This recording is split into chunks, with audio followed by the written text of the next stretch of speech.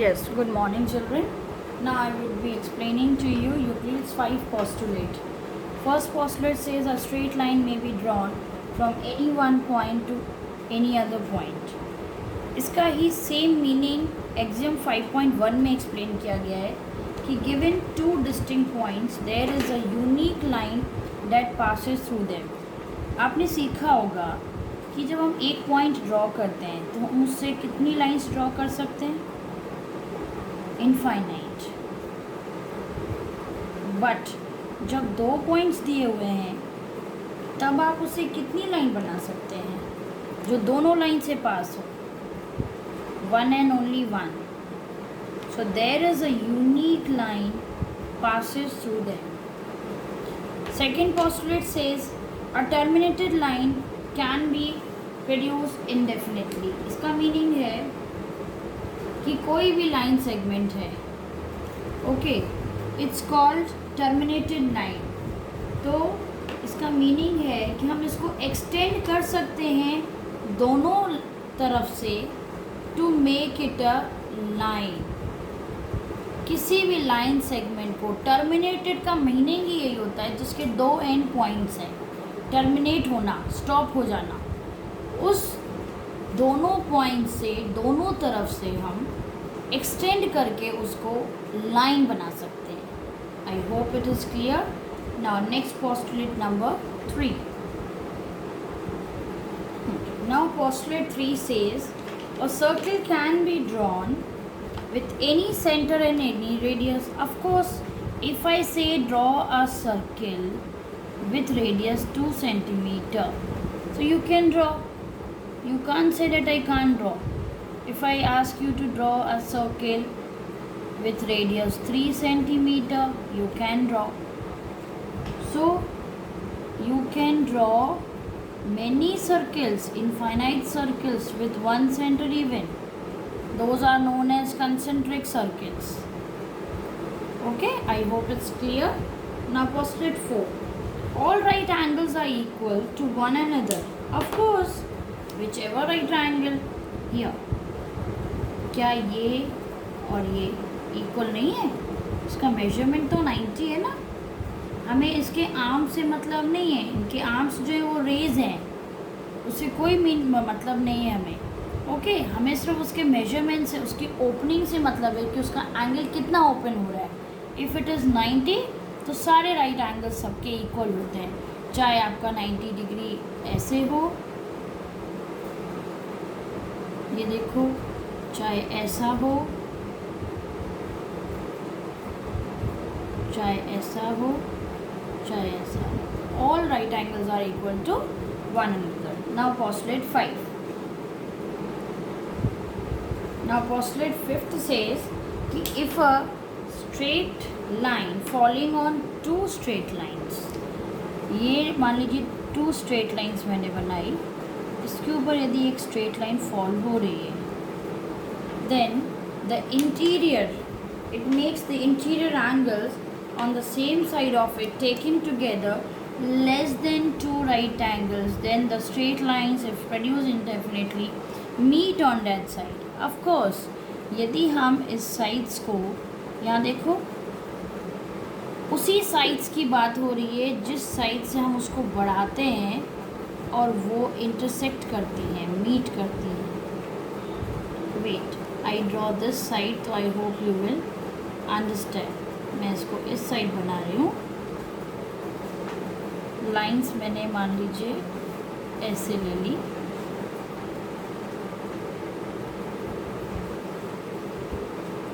ये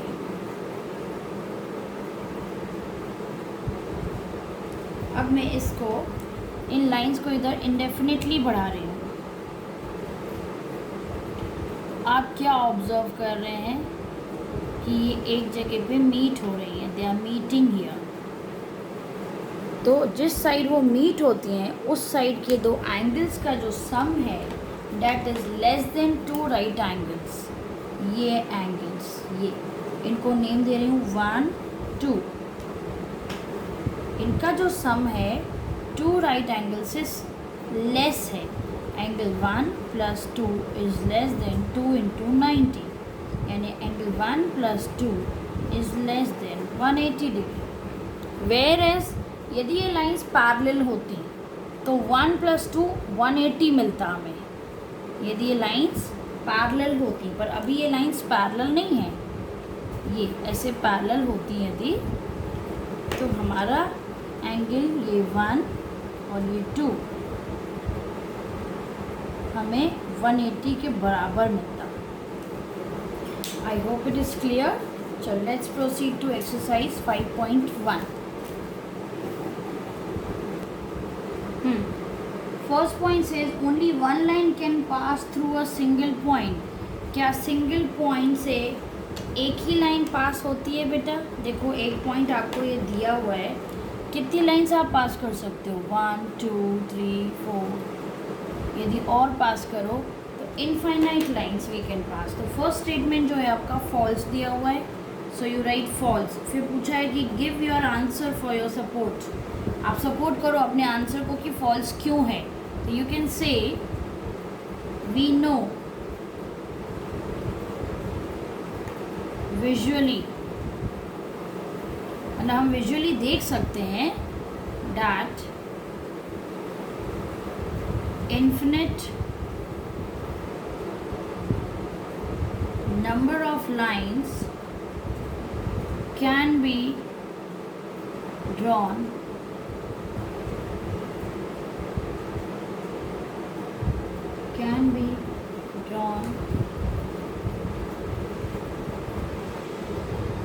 through a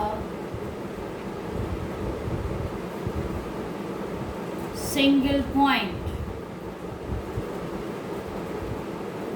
Number 2, there are infinite number of lines which pass through distinct points, two distinct points.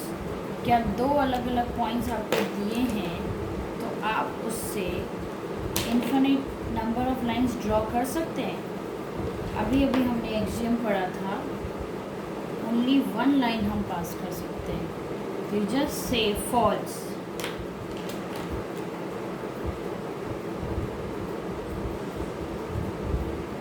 We can draw only one line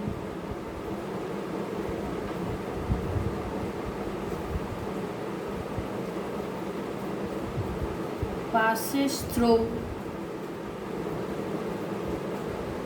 two distinct points. Number 3, a terminated line can be produced indefinitely on both the sides. Yes. So here we don't need to give any explanation. True. 4, if two circles are equal then their radii are equal. Of course, true.